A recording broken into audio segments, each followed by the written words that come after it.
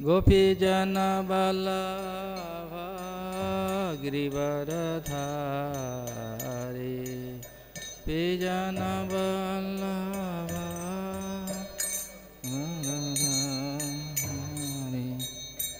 यशोदानन्दन व्रजजनरञ्जना यशोदानन्दन यशोदानन्दन व्रजजनरञ्जना यशोदानन्द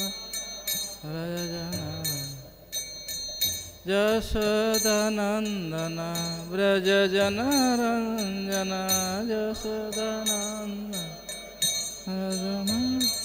यमुनातीरावनचारी यमुनातीरावनचारी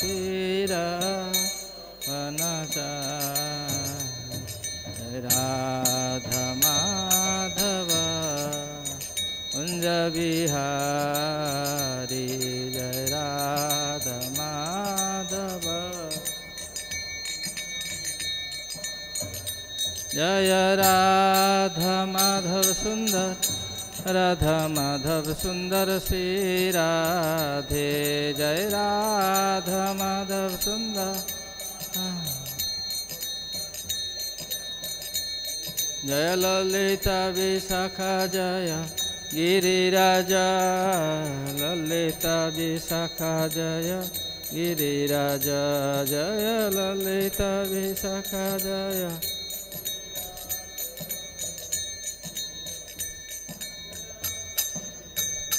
जय पंचतत्ता पंचतत्ता पंचतत्ता जय पंचतत्ता जय पंचतत्ता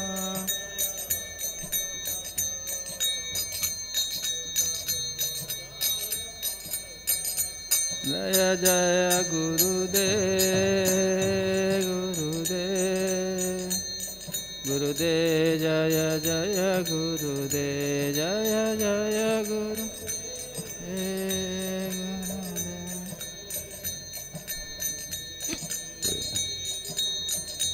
जय जय प्रभुपाद प्रभुपाद प्रभुपाद प्रभुपाद जय प्रभुपाद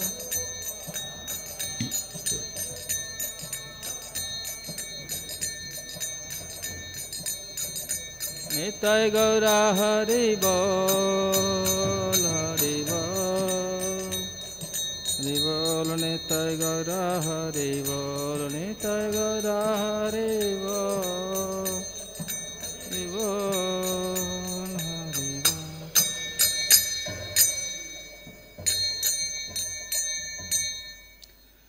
ओम अज्ञानतिमिरान्धस्य ज्ञानाञ्जनशलाकया चक्षुरुन्मिलितं येन तस्मै श्रीगुरवे नमः। नमो विष्णुपादाय कृष्णपृष्ठाय भूतले श्रीमते भक्तिवेदान्तस्वामिनिति नामिने।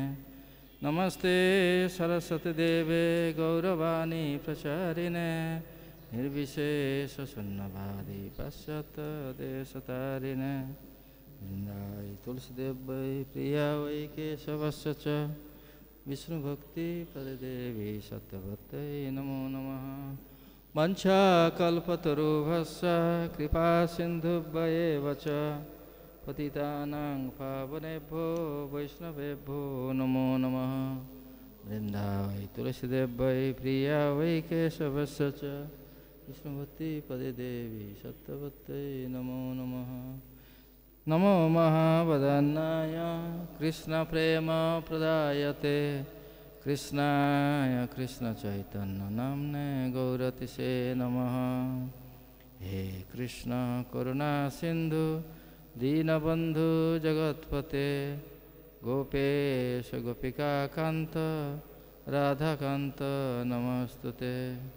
तप्तकाञ्चन गौराङ्गी राधे वृन्दावनेश्वरी वृषभानुसुते देवी प्रणमामि हरिप्रिये। जय श्री कृष्ण चैतन्य प्रभु Nityanand Sri Advaita Gadadhara Srivasadi Gaura Bhakta Vrinda. Hare Krishna, Krishna Krishna, Hare Hare, Hare Rama, Rama Rama, Hare Hare. Mukhaṁ karoti vācālaṁ pangulaṁ ghayate giriṁ Jatkripa tamahang bande Sri Guru Dinatarinam Sri Chaitanya Iswaram Paramananda Madhavam. Hari Om Tat Sat. Om Namo Bhagavate Vasudevaya. Om Namo Bhagavate Vasudevaya. Om Namo Bhagavate Vasudevaya. Narayanang namaskritam naram chaiva narottamam deving saraswating vyasam tato jayamudiraye. Nashtaprayesha bhadreshu nityam bhagavata sevaya Bhagavati uttama shloke bhaktir bhavati nastiki. আমরা আজকে শ্রীমদ্ ভাগবতমের প্রথম স্কন্ধের অষ্টাদশ অধ্যায় আমরা শ্লোক 40 নম্বর শ্লোক থেকে অধ্যয়ন করে শ্রবণ করব। শ্লোক নম্বর 40। এই অধ্যায়ের নাম হচ্ছে মহারাজ পরীক্ষিত ব্রাহ্মণ বালকের দ্বারা অভিশপ্ত। বিসৃজ্যাতম চ প্রপচ্ছ বৎস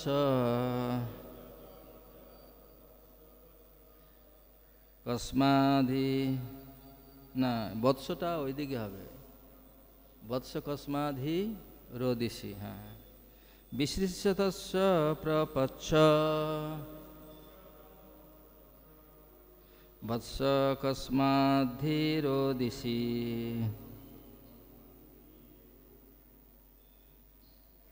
কেন বা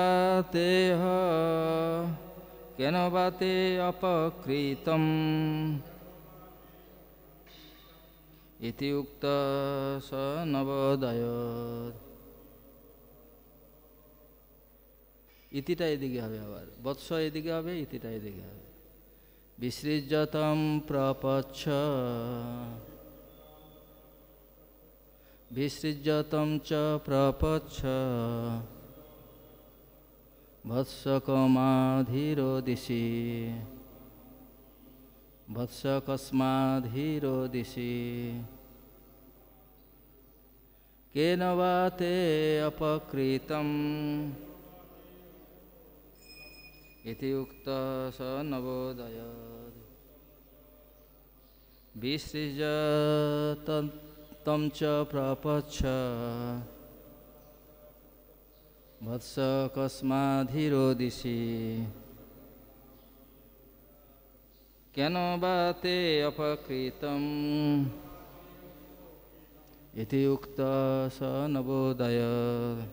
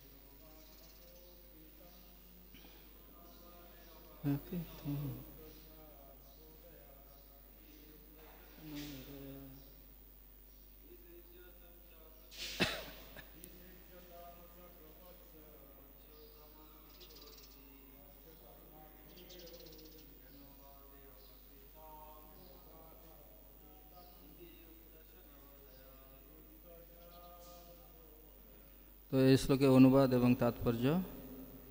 অনুবাদে শ্রীল প্রভুপাদ বলছেন, তিনি সেই সাপটিকে একপাশে ছুঁড়ে ফেলে তার পুত্রকে জিজ্ঞাসা করলেন, বৎস, কী জন্য তুমি ক্রন্দন করছো? কেউ কি তোমার অনিষ্ট করেছে? সে কথা শুনে ঋষি বালক তার পিতাকে সমস্ত বৃত্তান্ত বলেছিল। তাৎপর্য, তার পিতা তার গলায় জড়ানো মৃত সর্পটির সম্বন্ধে বিশেষ গুরুত্ব দেননি। তিনি কেবল সেটি দূরে নিক্ষেপ করেছিলেন।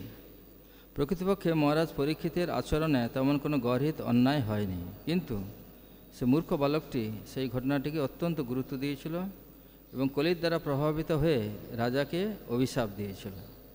এভাবে সে ইতিহাসের একটি সুখময় অধ্যায়ের সমাপ্তি ঘটেছিল। তো মহারাজ পরীক্ষিত ব্রাহ্মণ বালকের দ্বারা অভিশপ্ত এই অধ্যায়ে আমরা এখানে এই শ্লোকে বিসৃজ্য মানে একপাশে ছুঁড়ে ফেলে দিয়েছিলেন, বিসৃজ্য তঞ্চ প্রপচ্ছ, এই সাপটা মরা সাপ, যেটা পরীক্ষিত মহারাজ নিজেকে অপমানিত বোধ করে জল তৃষ্ণা নিবারণ করতে না পেরে তিনি ঋষির গলায় যে মৃত সর্প জড়িয়ে দিয়েছিলেন। তো ঋষি যখন ধ্যানভঙ্গ হলো, শ্রমিক ঋষি, তখন সেই তার গলায় যে সাপ জড়ানো ছিল সেই সাপটাকে দূরে ছুঁড়ে ফেলে দিয়েছিলেন, সেটাকে বেশি কিছু গুরুত্ব দেননি। কিন্তু এখানে আমরা দেখছি যে মহারাজ পরীক্ষিত যে আচরণ করেছেন সেই আচরণে একটু তো ভুল ছিলই, কেননা মহারাজ পরীক্ষিত যে মুকুট পরেছিলেন, স্বর্ণ মুকুট, আর তিনি কলিকে সোনার মধ্যে আশ্রয় দিয়েছিলেন, সেই জন্য তিনি একটু বিচলিত হয়েছিলেন, বিভ্রান্ত হয়েছিলেন কলির দ্বারা, যার ফলে তিনি মৃত সর্পকে শ্রমিক ঋষির গলায় জড়িয়ে দিয়েছিলেন এবং তার ফলে তার ব্রাহ্মণ বালক শৃঙ্গী, শ্রমিক ঋষির ছেলে, তিনি পরীক্ষিত মহারাজকে অভিশাপ দিয়েছিলেন যে যিনি আমার পিতার গলায় এই মৃত সর্পকে জড়িয়ে দিয়েছেন, 7 দিনের মধ্যে তক্ষকের দংশনে তার মৃত্যু হবে। তো এর মাধ্যমে আমরা জানতে পারি যে কলিযুগ আসছে, কলিযুগ আসছে, আর পরীক্ষিত মহারাজকে ভগবান কৃষ্ণ মায়ের গর্ভে রক্ষা করেছিলেন, সেজন্য তার নাম পরীক্ষিত হয়েছে। তিনি পরীক্ষা করে দেখছেন আমার মাতৃগর্ভে যিনি আমাকে রক্ষা করেছিলেন তিনি কোথায়, কে তিনি, পরীক্ষা করে দেখছেন, পরীক্ষিত, সেজন্য তার নাম হচ্ছে পরীক্ষিত। তো ভগবান কৃষ্ণের অশেষ কৃপা পরীক্ষিত মহারাজের উপরে রয়েছে, কেননা তিনি পাণ্ডব কুলে জন্মগ্রহণ করেছেন, সেই জন্য তিনি ভাগ্যবান। সেই জন্য ভগবান কৃষ্ণ তাকে রক্ষা করেছিলেন মায়ের গর্ভে, এবং ভগবান কৃষ্ণ চেয়েছিলেন এই কলিযুগের প্রভাব, কলিযুগ আসছে, তো আমার কলিযুগের দ্বারা যেন, কলিযুগের মধ্যে যদি আমরা না থাকি তাহলে ভালো, তাহলে কী হবে, পরীক্ষিত মহারাজ কলিযুগের মধ্যে থাকার দরকার নেই, তাকে আমি আমার ধামে নিয়ে চলে যাই, কেন দাপর যুগ শেষ, কলিযুগ আসছে। কলিযুগ মানে কি, কলহের যুগ। প্রায়ণ অল্প আয়ুষ সভ্য কলহস্মিন যুগে জনা মন্দ সুমন্দ মতয় মন্দ ভাগ্যাহি উপদ্রুতা। কলিযুগের মধ্যে অনেক কিছু দোষ আছে, আয়ু অল্প, মন্দ ভাগ্য, রোগ ব্যাধির দ্বারা জর্জরিত, আর আমরা একে অপরের সঙ্গে ঝগড়া করব, এগুলো হচ্ছে কলিযুগের সিমটম। তো সেই জন্য কলিযুগে থেকে যত তাড়াতাড়ি আমরা ভগবানের কাছে ফিরে যেতে পারবো ততই মঙ্গল। সেই জন্য ভগবান চেয়েছিলেন পরীক্ষিত মহারাজকে তাড়াতাড়ি এরকম একটা পরিস্থিতি সৃষ্টি করতে, যাতে পরীক্ষিত মহারাজ তাড়াতাড়ি ভগবানের কাছে ফিরে যেতে পারেন। এটা একটা ভগবানের প্ল্যান। দ্বিতীয়ত, যে পরীক্ষিত মহারাজের মাধ্যমে জগতে ভাগবতমের প্রচার হয়েছিল, কেন পরীক্ষিত মহারাজ তিনি যখন অভিশপ্ত হয়ে শ্রমিক ঋষি পরীক্ষিত মহারাজকে ইনফর্ম করেছিলেন যে আমার ছেলে, অবোধ ছেলে, তিনি অবিবেচকের মতো আপনাকে অভিশাপ দিয়েছে যে 7 দিনের মধ্যে আপনাকে তক্ষক দংশনের মাধ্যমে আপনার মৃত্যু হবে, সেজন্য আপনি চিন্তা করুন কি করবেন। তো সেই জন্য তখন পরীক্ষিত মহারাজ সমস্ত মুনি ঋষির কাছে, নৈমিষারণ্যের সমস্ত মুনি ঋষির কাছে জিজ্ঞাসা করেছিলেন যে 7 দিনের মধ্যে আমার মৃত্যু হবে, তো এখন আমার কি করা কর্তব্য। তখন সেখানে শুকদেব গোস্বামী উদয় হয়, তিনি আবির্ভূত হন, এবং তখন শুকদেব গোস্বামী পরীক্ষিত মহারাজকে বললেন, তস্মাৎ সর্ব আত্মনা রাজন হরি সর্বত্র সর্বদা শ্রোতব্য কীর্তিতব্যস্য স্মর্তব্য ভগবান নাম। হে রাজন, তুমি সবসময় হরি কথা শ্রবণ করো, শ্রোতব্য শ্রবণ করো, কীর্তন করো, শ্রোতব্য কীর্তিতব্যস্য তার কীর্তি গাথা গান করো, আর স্মর্তব্য তাকে স্মরণ করো। তো এই যদি তুমি করো, আমরা যদি সবসময় ভগবানের কথা শ্রবণ করি, কীর্তন করি এবং স্মরণ করি, তাহলে কি করব, তাহলে আমরা আস্তে আস্তে এই কলির প্রভাব থেকে মুক্ত হয়ে অন্তিমে ভগবানের কথা চিন্তা করে ভগবানের কাছে ফিরে যাব। সেই জন্য 7 দিন 7 রাত পরীক্ষিত মহারাজ না ঘুমিয়ে না খেয়ে কন্টিনিউয়াসলি নিরবিচ্ছিন্নভাবে ভগবত কথা শ্রবণ করেছিলেন। তার ফলে তিনি কী হয়েছিলেন, তিনি ভগবানের কাছে ফিরে গেছিলেন। তো আমাদের এই শ্রবণ করা খুব আমাদের জীবনে খুবই একটা গুরুত্বপূর্ণ, নববিধা ভক্তির একটা গুরুত্বপূর্ণ অঙ্গ। প্রথমেই হচ্ছে শ্রবণ ও কীর্তন বিষ্ণু স্মরণং পাদ সেবন দাসরে, হ্যাঁ, শ্রবণম কীর্তন বিষ্ণু স্মরণ পাদ সেবন দাসরে। তারপরে একটা গান আছে না, যে এই যে নববিধা ভক্তির কিন্তু প্রথম ধাপ হচ্ছে শ্রবণ, প্রথম স্টেপ হচ্ছে শ্রবণ করা। শ্রবণ করতে করতে কী হবে, আমরা কীর্তন করার প্রতি আমাদের আগ্রহ আসবে।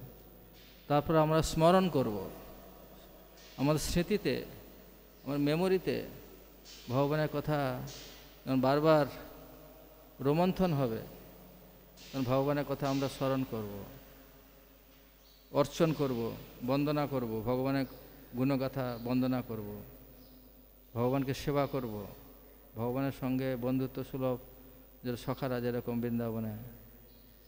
তারপরে আত্মনিবেদন, লাস্টে কি সব আমরা সমস্ত কিছু মানস দেহ গেয় যো কিছু মোর অর্পিনু তুয়া পদে নন্দ কিশোর, আমার যাবতীয় যা কিছু আছে আপনার চরণে আমি আত্মনিবেদন করলাম। তো এইভাবে নববিধার ভক্তির প্রথম যে স্টেজ হচ্ছে শ্রবণ করা। তো শ্রবণ করা আমাদের জীবনে খুবই গুরুত্বপূর্ণ ভগবত ভক্তির অঙ্গ। তো সেই জন্য পরীক্ষিত মহারাজ শুকদেব গোস্বামীর কাছ থেকে 7 দিন ধরে কৃষ্ণের গুণগাথা তিনি শ্রবণ করেছিলেন। আর ভাগবতমে 6টা প্রশ্ন নিয়ে হচ্ছে শ্রীমদ্ ভাগবতম, আর 6টা প্রশ্নের উত্তর দিয়েছিলেন শুকদেব গোস্বামী। প্রথম প্রশ্ন হচ্ছে যে আমাদের এই প্রত্যেকটা জীবের আত্যন্তিক মঙ্গল কি করে হবে, আমাদের আত্মার কল্যাণ কি করে হবে, আত্যন্তিক মঙ্গল কি করে হবে। তার উত্তরে শুকদেব গোস্বামী বলছেন, সবাই পুংস পর ধর্ম যত ভক্তির অধস্কজে অহেতুকি অপ্রতিহতা যে আত্মা সুপ্রসিদ্ধতি। আমাদের আত্মা প্রসন্ন লাভ করবে যদি আমরা ভগবানের প্রতি অহেতুকি ভক্তি করি, আনকন্ডিশনাল লাভিং ডিভোশনাল সার্ভিস, মানে কোনো হেতু থাকবে না। ভগবানকে আমরা ভজনা করছি, ভগবানকে আমরা কীর্তন করছি, কোনো রকমের কন্ডিশন নেই, কোনো রকম দেনা পাওনা নেই। তো সেইটা হচ্ছে আনকন্ডিশনাল। আর অপ্রতিহতা, অপ্রতিহতা মানে নিরন্তর করতে হবে। নাহলে আজকে একাদশী আছে, আজকে আমি মঙ্গল আরতি আসবো, আমি 64 মালা জপ করব। তারপরের দিন দেখা গেল যে না, সে আর মঙ্গল আরতিও নেই, আর মালা পার্কিং স্পটে রেখে দিয়েছে। এরকম নয়, নিরবিচ্ছিন্নভাবে আনইন্টারাপ্টেড, অপ্রতিহতা, অহেতুকি অপ্রতিহতা যে আত্মা, তাহলে কী হবে, আত্মা প্রসন্ন লাভ করবে। এটা হচ্ছে জীবের আত্যন্তিক মঙ্গল। তারপরে সেকেন্ড কোশ্চেন জিজ্ঞেস করেছিলেন যে কেন ভগবান দেবকীর গর্ভে অবতীর্ণ হলেন, ভগবান কৃষ্ণ কেন দেবকীর গর্ভে অবতীর্ণ হয়েছিলেন। তৃতীয়ত হচ্ছে যে সমস্ত শাস্ত্রের সার কি, সমস্ত শাস্ত্রের সার কি বস্তু? তৃতীয় প্রশ্ন। চতুর্থ প্রশ্ন হচ্ছে যে ভগবান যে বিভিন্ন রকমের লীলা করেছেন, সেই লীলাগুলো আমাদেরকে বর্ণনা করুন। বিভিন্ন সময়ে ভগবানের বিভিন্ন লীলা করেছেন। আর পঞ্চম হচ্ছে ভগবানের সমস্ত অবতার, বিভিন্ন সময় বিভিন্ন রকমের অবতার রূপে ভগবান এসেছেন। ভগবানের 6 রকমের অবতার আছে।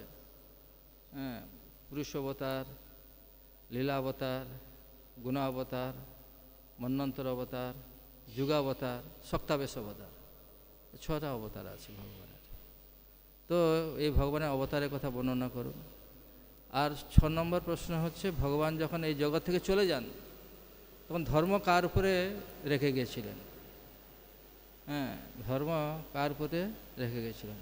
কৃষ্ণ সধামে অপগতে ধর্ম জ্ঞান আদি বিষয় কলৌ নষ্ট দিশামিষ পুরাণ অর্ক অধুনা উদিত। কৃষ্ণ যখন ভগবত ধামে চলে যান তখন ধর্ম জ্ঞান সমস্ত কিছু যখন নিয়ে চলেই গেছে, তখন এই ভাগবত পুরাণ রূপে পূর্ব দিগন্তে উদিত হয়েছে শ্রীমদ্ ভাগবতম। তো সেই জন্য ভাগবত নিত্যং ভাগবত সেবায়, আমাদের প্রত্যেক দিন ভাগবত কথা শ্রবণ করার প্রতি আমাদের সমস্ত ইস্কন সেন্টারে প্রত্যেক দিন সকালবেলা ভাগবত কথা পাঠ হয়। সন্ধ্যার সময় গীতা পাঠ, আর আজকে সকালে হচ্ছে ভাগবত পাঠ। তো এই জন্য এখানে পরীক্ষিত মহারাজ এই যে ভাগবতের প্রকাশ হলো পরীক্ষিত মহারাজের মাধ্যমে, এরকম একটা সিচুয়েশন তৈরি হলো যে শুকদেব গোস্বামী ভাগবত কথা পরীক্ষিত মহারাজকে বললেন।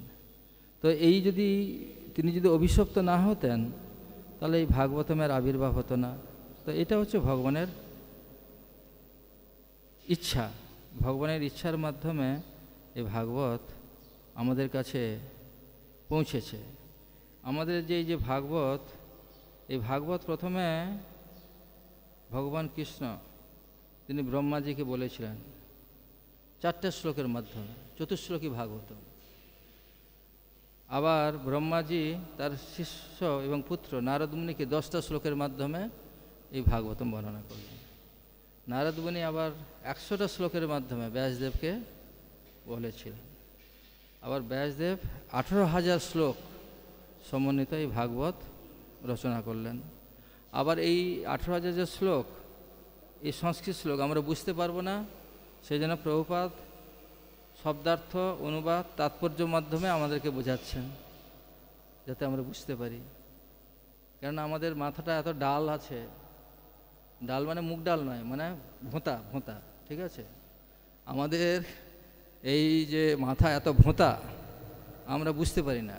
তো সেই জন্য প্রভুপাদ এখানে শব্দার্থ অনুবাদ তাৎপর্য খুঁটিয়ে খুঁটিয়ে আমাদেরকে পাখি পড়ার মতো পড়িয়েছেন যাতে আমরা বুঝতে পারি, ঠিক আছে? তো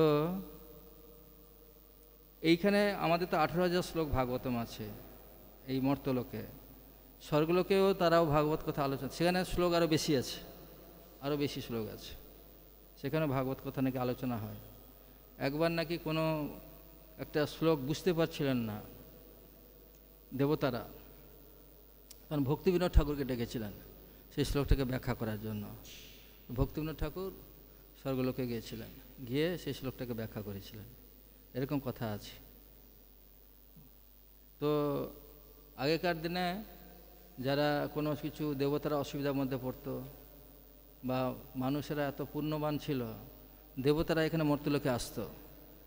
আবার এখান থেকে যারা প্রয়োজন পড়লে, যারা এখানকার গুণী জ্ঞানী ব্যক্তি, তারা মর্তলোক থেকে স্বর্গলোকে যেতে পারতেন। ভক্তিবিনোদ ঠাকুর গিয়েছিলেন, অর্জুন গিয়েছিল, দশরথ গিয়েছিলেন যুদ্ধ করতে দেবতাদের হয়ে, খট্টাঙ্গ মহারাজ গিয়েছিলেন দেবতাদের হয়ে যুদ্ধ করতে। মানে মর্তলোক থেকে স্বর্গলোকে এরকম একটা কি পুরো একটা রোড ছিল, রোড ম্যাপ ছিল। জিপিএস দরকার নেই, এমনি রোড ম্যাপ ছিল যাতে করে তারা যেতে পারত মর্তলোক থেকে স্বর্গলোকে। স্বর্গলোক থেকে মর্তলোকেও দেবতারাও আসতো, নারদ মুনি এখানে এসে রাজাদেরকে উপদেশ দিতেন। তো তখন এই যে এইরকম ধরনের সুযোগ সুবিধা ছিল। এখন আমাদের চাঁদে যেতে গেলে ইসরো নাকি সমস্ত বিজ্ঞানীরা কত রকমের কিছু বানাচ্ছে যন্ত্রপাতি দিয়ে শুধু চাঁদে যাওয়ার জন্য। আর আগেকার দিনে কোনো এরকম যন্ত্রপাতি দরকার ছিল না, তাদের এরকম প্রভাব ছিল, তারা স্বর্গলোকে চলে যেতে পারত। হ্যাঁ, আবার স্বর্গলোক থেকে এখানে মর্তলোকে দেবতারাও, নারদ মুনি বা বিভিন্ন দেবতারাও মাঝে মাঝে এখানে আসতেন, এসে এভাবে আদান প্রদান ছিল স্বর্গলোক। আর আমাদের যে বৈদিক সাহিত্য, সেখানে বলা হচ্ছে স্বর্গলোকের উপরেও আরও অনেক অনেক লোক আছে, জনলোক, তপলোক, ব্রহ্মলোক, বিরজা নদী, বৈকুণ্ঠ লোক, অযোধ্যা, দ্বারকা, গোলক বৃন্দাবন। এই সমস্ত ইনফরমেশন অন্য কোনো ধর্মে নেই, কেবলমাত্র এই বৈদিক সাহিত্যে রয়েছে গোলক পর্যন্ত। আর অন্যান্য ধর্মে কি স্বর্গলোক মানে শেষ। হ্যাঁ, স্বর্গলোক যাওয়া মানে সব কিছু শেষ। আমাদের শরৎচন্দ্র চট্টোপাধ্যায় অভাগীর স্বর্গ লিখে গেছেন, সেখানে বলছেন যে অভাগীর মা সে দেখছে যে জমিদার গৃহিণীকে মারা গেছে, আগুনে পোড়াচ্ছে, জমিদার গৃহিণী স্বর্গে চলে গেল, তা আমিও এর যেন স্বর্গে যেতে পারি। সেখানে আমাদের কথা সাহিত্যিক তিনি লিখছেন যে স্বর্গলোক। আমাদের সাধারণত হিন্দু সমস্ত যারা ধর্ম পালন করে তারা ওই স্বর্গলোক পর্যন্ত জানে। যারা খ্রিশ্চান তারা বলে আমরা মৃত্যুর পরে আমরা প্যারাডাইস যাব, হেভেন যাব, হেভেন যাব, স্বর্গলোকে যাব। আবার যারা মুসলমান ধর্ম পালন করে তারা বলে আমরা বেহেশতে যাব, বেহেশতে গিয়ে হুরিদের সঙ্গে আমরা আনন্দ করব। সেখানে বেহেশত মানে স্বর্গ, হেভেনলি প্ল্যানেট। কিন্তু ভগবদ্গীতা কী বলছে? তে তং ভুক্তা স্বর্গলোকং বিশালং ক্ষীণে পুণ্যে মর্তলোকং বিশন্তি। যদি কেউ পুণ্য কাজ করে সে স্বর্গলোকে যেতে পারবে, পুণ্য ক্ষয় হয়ে গেল আবার মর্তলোকে ফিরে আসতে হবে। এইভাবে আব্রহ্ম ভুবনালোকা পুনরাবর্তী ন অর্জুন মাম পেত্র তু কন্তেয় পুনর্জন্ম ন বিদ্যতে। এইভাবে ব্রহ্মাণ্ডে ঘুরে বেড়াচ্ছে, কিন্তু ভগবানের কাছে যখন কেউ চলে যাবে গোলকধামে, তখন আর এখানে ফিরে আসতে হবে না। 84 লাখ জনি এখানে কি ইতি হয়ে গেল। তো আমরা যারা ভক্ত হওয়ার চেষ্টা করছি, হরে কৃষ্ণ মহামন্ত্র কীর্তন করছি, ভাগবত গীতা শ্রবণ করছি, আমাদের উদ্দেশ্য স্বর্গলোকে যাওয়া নয়, আমাদের উদ্দেশ্য হচ্ছে নিত্য ভগবানের সেবা লাভ করে গোলকধামে সেখানে হরে কৃষ্ণ করে। জয় শিল প্রভুপাদ কি জয়। সমবেত গৌর ভক্ত।